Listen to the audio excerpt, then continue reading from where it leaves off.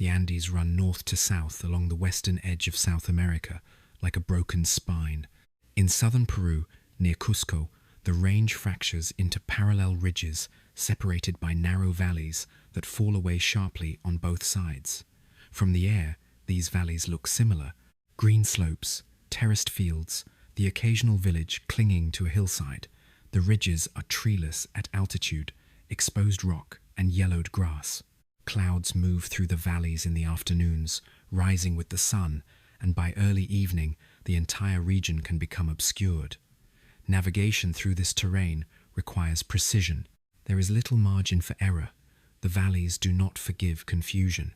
On the morning of el 9 de agosto de 1970, a Lockheed L-188A Electra turboprop operated by Lanza, Líneas Aéreas Nacionales S.A., prepared for departure from Lima's Jorge Chávez International Airport.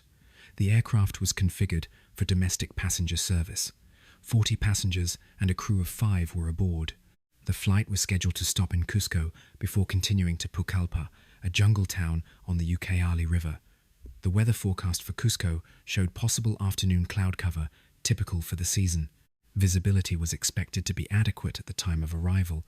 There was no indication of severe weather. The flight departed on schedule. Lanza was a relatively young airline. It had been founded in 1963 and operated routes within Peru, connecting the capital with regional cities in the highlands and the Amazon basin.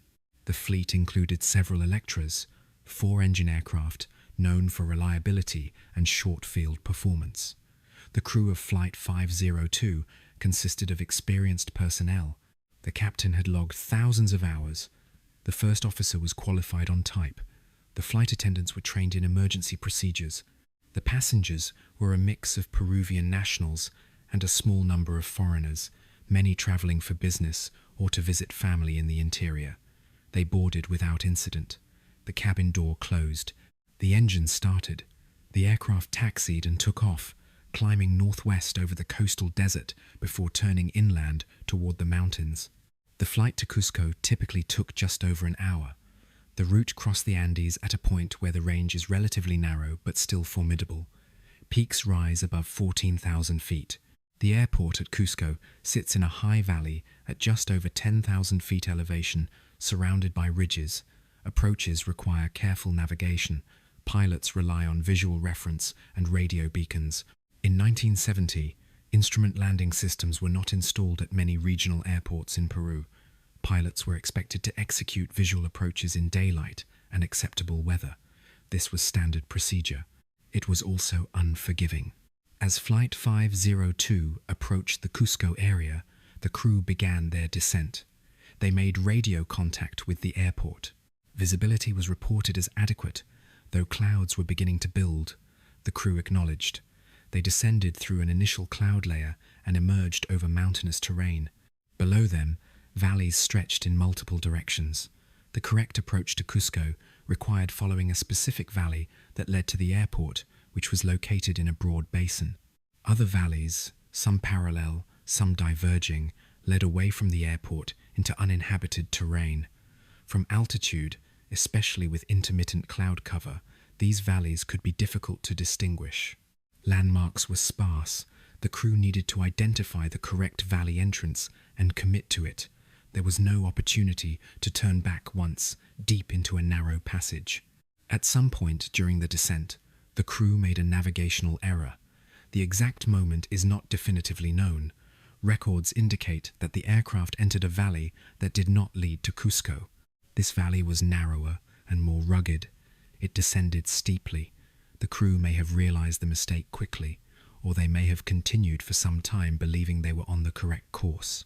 Radio communication with the airport became difficult as the aircraft descended into the valley, shielded by surrounding ridges. The crew attempted to climb out.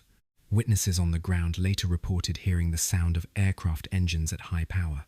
The Electra began a turn, trying to reverse course. The valley walls rose on either side. The aircraft was heavy with fuel. Altitude was limited. The turn required space and time. The aircraft did not complete the turn. It struck a ridge on the eastern side of the valley. The impact occurred at approximately 1:15 p.m. local time.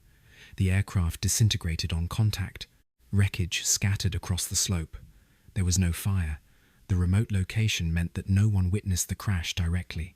The sound was heard by residents of a nearby village, but the terrain made immediate access impossible. The aircraft simply disappeared from radio contact.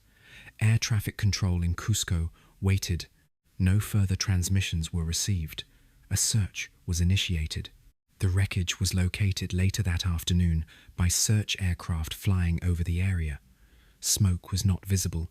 The site was identified by the pattern of debris on the hillside.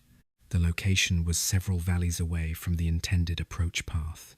Rescue teams were dispatched, but the terrain was rugged and access was slow. The nearest road ended miles away. Teams had to proceed on foot or by mule. It took hours to reach the site. By the time the first rescuers arrived, it was early evening. 8 people had survived the initial impact.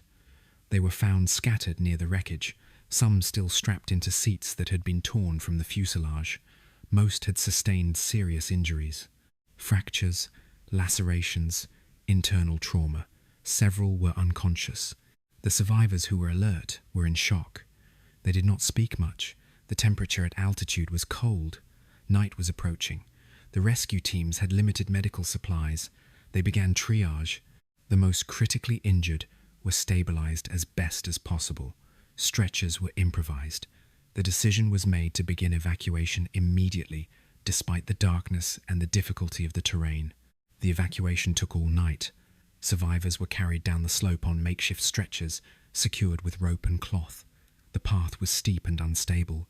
Rescuers moved slowly. Some survivors did not survive the descent. One woman, badly injured, died within the first hour of evacuation. A man with severe head trauma died before dawn.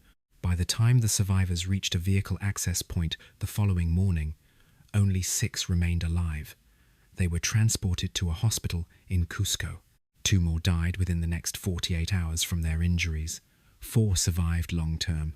37 passengers, and all 5 crew members died on impact or shortly thereafter. The bodies were recovered over the following days.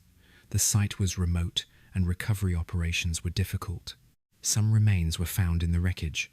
Others had been thrown clear by the force of the impact and were located on the slope below the main debris field. Identification was conducted in Cusco. Families traveled from Lima and other cities to claim the dead. Funerals were held. The airline issued statements. An investigation was opened. The Peruvian Civil Aviation Authority examined the wreckage and reviewed flight data. The cockpit voice recorder and flight data recorder, if installed, were recovered but yielded limited information. Investigators determined that the aircraft had been structurally sound before impact. There was no evidence of mechanical failure. Engine performance was normal. Control surfaces were intact. The conclusion was that the crew had entered the wrong valley during the approach and had been unable to climb out before striking terrain. The error was classified as pilot navigation failure. Contributing factors included the challenging terrain, the lack of advanced navigational aids, and possible visual confusion caused by cloud cover and the similarity of the valleys. The investigation did not identify a single clear cause for the navigational error. The crew had flown this route before. They were familiar with the area. It is possible that a combination of factors, distraction, misidentification of a landmark, a late descent, pressure to complete the approach, led to the decision to enter the wrong valley. Once inside, the steep walls and the aircraft's momentum made reversal extremely difficult. The Electra was a capable aircraft, but it could not climb fast enough in the confined space. The crew had seconds to react. They did not have enough altitude or distance. The ridge was unavoidable. The survivors who recovered enough to speak provided limited information. Most remembered the approach and the sudden realization that something was wrong. One recalled the aircraft banking sharply. Another remembered the sound of the engines increasing. None recalled the impact itself. Memory after trauma is unreliable. The survivors were hospitalized for weeks.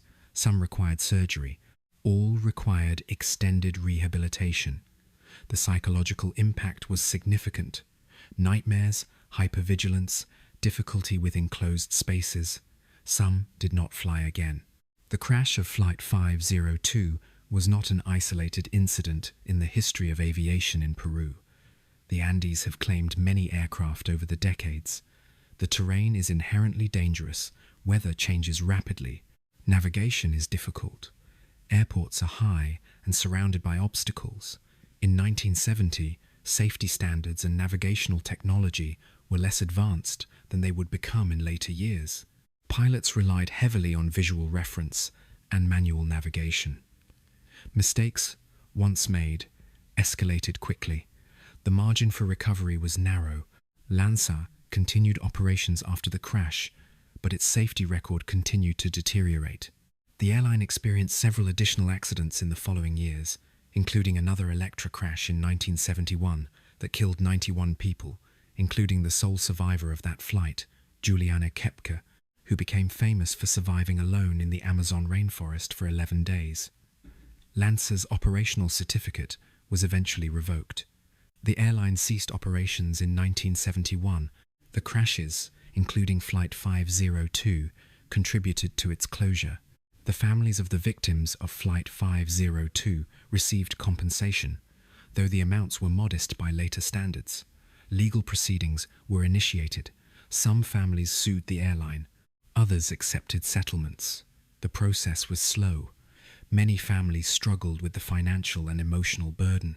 The remote location of the crash, the difficulty of recovery, and the lack of clear accountability made closure difficult. The site of the crash remains largely undisturbed. The wreckage was not fully removed.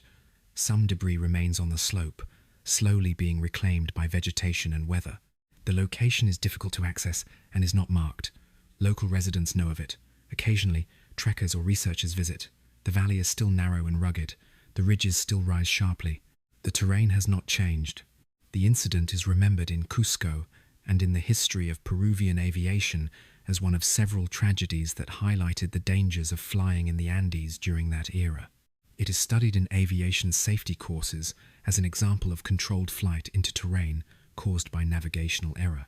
The term controlled flight into terrain refers to incidents in which an airworthy aircraft, under the control of the crew, is flown into the ground or an obstacle without the crew's awareness or ability to prevent it. Flight 502 fits this definition. The crew was in control until the moment of impact. They simply did not know where they were until it was too late. The 4 survivors who lived carried the memory of the crash for the rest of their lives. They did not speak publicly often. Interviews were rare. The experience was not something they wished to revisit. One survivor, a businessman from Lima, returned to work after months of recovery but left Peru within a year. Another, a young woman, remained in Cusco and avoided air travel entirely. The psychological scars were as lasting as the physical ones. Survivors' guilt, recurring fear, a permanent sense of fragility. These are common among those who live through such events. They do not heal completely, they are managed. The valley where Flight 502 crashed is still used by local farmers. Crops are grown on the terraced slopes. Animals graze. Life continues. The mountains do not remember. They are indifferent. The ridges that ended 41 lives are part of a system that has existed for millions of years. The Andes do not acknowledge human error. They are a constant, and those who navigate them must do so with precision and respect. A mistake, even a small one, can be final. Flight 502 is a reminder that navigation requires certainty, and that certainty in the mountains is difficult to achieve. The valleys of the Andes are many, and from the air they can look the same. A pilot's confidence must be matched by accuracy. The terrain does not adapt. The aircraft does not forgive. And those on board, 45 people on a Sunday afternoon, trusted that the crew knew the way. That trust, placed in the hands of 2 men in a cockpit making a split-second decision over unfamiliar ridges in changing weather, was betrayed not by malice but by confusion. The result was the same. The story of Flight 502 is not unique. It is part of a broader history of aviation accidents in difficult terrain, but it is specific in its details. The valley, the ridge, the 8 who survived the impact, and the 4 who lived beyond it. It is a story of how quickly safety can collapse, how narrow the line is between routine and disaster, and how a single navigational error can ripple through families, institutions, and memory for decades. The wreckage remains, the valley remains, the ridges remain, and the memory, held by a diminishing number of people, remains as well, quiet, persistent, a reminder that the Andes do not forgive, and that those who fly through them must know, with absolute certainty, which valley they are in.